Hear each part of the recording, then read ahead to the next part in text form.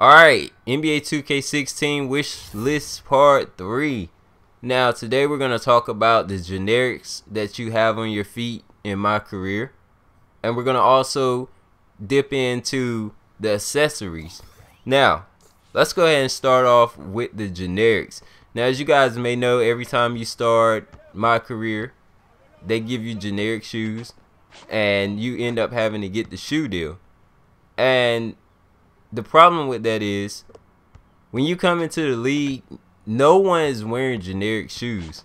You either have Nike, Adidas, or Jordan, or something like that. The problem with it is, you should be able to start off with any shoe you want. The thing is, you should be able to get a shoe deal with any company you want. And that's basically where you wear any shoe you want when you start off. But when you get that shoe deal, then you can get exclusive shoes for yourself. That would be the general idea of this. But instead, they put generics on your feet and you forced to wear them until you get a shoe deal, which makes absolutely no sense whatsoever. Now, I think I'm speaking for everyone on this topic, and this is why, I brought this to attention, because a lot of people just keep talking about stupid stuff that's not realistic. It's not gonna happen in this year's game. I'm making these videos because I know these things are so simple that they can get done before 2K16 drops, because I know it's too late. It's way too late. If I wanted certain things, like some of these commentators, if they wanted certain things that needs a longer time to develop, they should have been making videos the minute 2K15 dropped. They should have made the wish list right then and there. Because see, a lot of people are asking for different things in my career that's going to take a lot longer than they have left to develop the game. And that's where you put yourself in a hole. But we're not going to rant on that right now. Let's go ahead and get over into these accessories. Now, the accessories, when you have the accessories, they have VC tied to them. Now, I have a problem with this. And I'm gonna bring NBA Live up real quick. NBA Live, they do this really well, and I applaud them for it. You gotta clap it up for them. Their accessories look way better than 2K's. Let's go ahead and say that right now. The shoes look 10 times better, but what they do that really stands out besides those two things is they make them available from the jump. And they're free. They're free. And they're all available from the jump.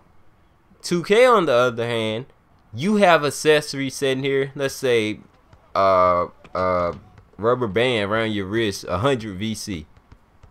Shoes, depending on which ones you get, over 2,000 or higher. And I mean, it's just unnecessary. It's really unnecessary.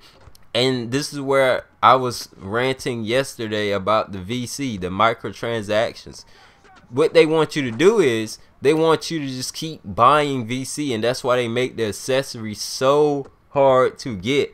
Now, I think 2K14, the accessories were outrageous.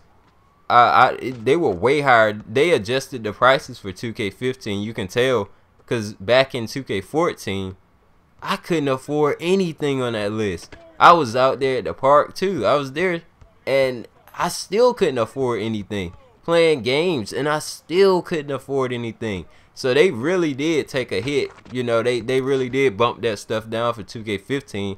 But it's still outrageous. You shouldn't be paying, period. You shouldn't be paying, period. Now, I get that they want their VC to be sold, but the only mode you should be buying VC for, if you're those type of people that like to buy VC, the only modes they should be making you buy it for is my team. That's the only mode. And anything else, you should be given the VC. Like, you should be after a game. If you don't notice, you don't get anything over, well, you don't get 2,000 at all, 2,000 VC, no matter how well you play in my career. But we're going to get into the topic of VC in the next video. If you agree with me, make sure you do that hashtag generics must go. And I'm out of here. Peace.